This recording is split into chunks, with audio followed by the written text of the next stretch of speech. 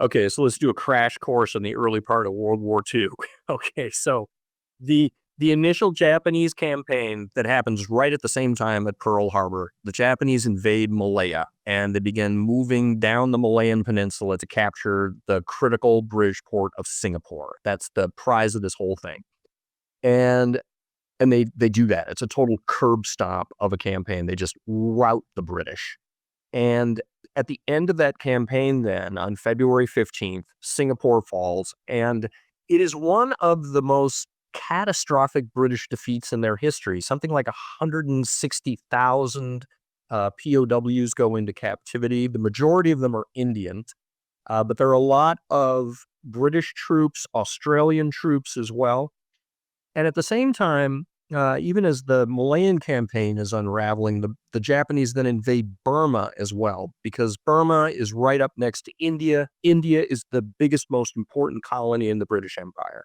And the Japanese do exactly the same thing to the British forces in Burma as well. They rout them, drive them out by about April of 1942. So now you've got the situation where the Japanese have got 3 or 4 divisions in Burma and they need to keep them in supply. And instead of wanting to sail ships all the way around the tip of the Malayan Peninsula and then up the coast to Rangoon, which is exposed to British air attack and submarine attack, gee, wouldn't it be nice if instead we could just sail our ships to Bangkok in Thailand, unload our stuff, put it on a train, and run that train over to Rangoon? Great. The only problem is that you've got about 200 miles worth of absolutely virgin jungle here with not a road or anything in sight. So they got to build this 200-mile long railroad.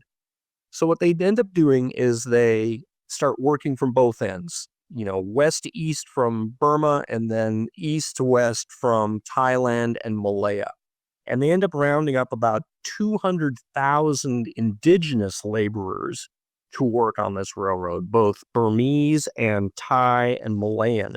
And then they also bring in about 60,000 Allied POWs. Again, the majority of them are British, a lot of Australians. There are some Dutch who were captured in Java and Sumatra and places like that who are also put to work. And there are a smattering of Americans who were either captured from the cruiser Houston, which our guy Shears is supposedly a member of. That's legit. That's true.